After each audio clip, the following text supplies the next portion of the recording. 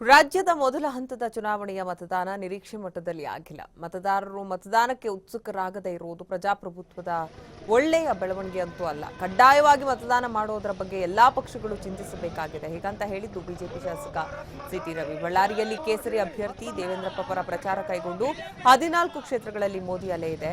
ಎರಡೂ ಪಕ್ಷಗಳಿಗೆ ಬಿಜೆಪಿ ಮೂಲ ಪೆಟ್ಟನ್ನ ಕೊಟ್ಟಿದೆ ಅಂತ ರವಿ ಹೇಳಿದರು. ಅಲ್ಲದೆ ಪ್ರಧಾನಿ ನರೇಂದ್ರ ಮೋದಿ ಒಡೆತನ ಅನುಭವಿಸಿದವರು ಮನಮೋಹನ್ ಸಿಂಗ್ ಅವರಿಗಿಂತ ಉತ್ತಮ ಆಡಳಿತ ನೀಡಿದ್ದಾರೆ ಅಂತ ಹೇಳಿದರು.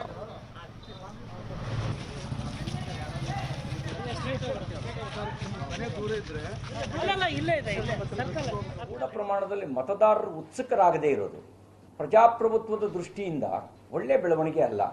ಬಹುಶಃ ಈಗ ತಕ್ಷಣಕ್ಕಲ್ಲದೆ ಇದ್ರು ಹೇಗೆ ಸಾರ್ವತ್ರಿಕ ಮತದಾನ ಅನ್ನೋದನ್ನ ಸಂವಿಧಾನಕರ್ತರು ನಮಗೆ ಕೊಟ್ಟರು, ಹಾಗೆ ಕಡ್ಡಾಯ ಮತದಾನದ ಬಗ್ಗೆನೂ ಚಿಂತಿಸಬೇಕಾದ ಅವಶ್ಯಕತೆ ಇದೆ ಅಂತ ಅನಿಸ್ತಾ ಇದೆ.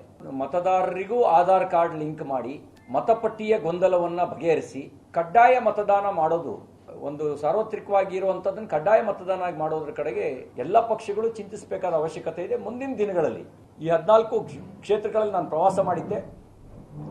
ಮೋದಿ ಅಲೆ ಇರೋದು ಬಹಳ ಸ್ಪಷ್ಟ ಇದೆ.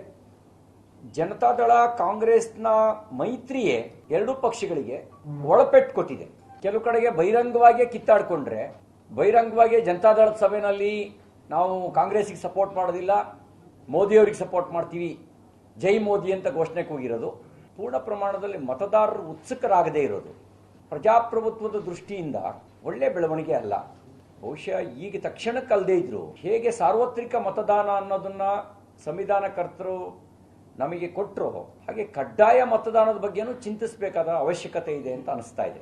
ಮತದಾರರಿಗೂ ಆಧಾರ್ ಕಾರ್ಡ್ ಲಿಂಕ್ ಮಾಡಿ ಮತಪಟ್ಟಿಯ ಗೊಂದಲವನ್ನ ಬಗೆಹರಿಸಿ ಕಡ್ಡಾಯ ಮತದಾನ ಮಾಡೋದು, ಒಂದು ಸಾರ್ವತ್ರಿಕವಾಗಿ ಇರುವಂತದ್ದನ್ನು ಕಡ್ಡಾಯ ಮತದಾನ ಮಾಡೋದ್ರ ಕಡೆಗೆ ಎಲ್ಲ ಪಕ್ಷಗಳು ಚಿಂತಿಸಬೇಕಾದ ಅವಶ್ಯಕತೆ ಇದೆ.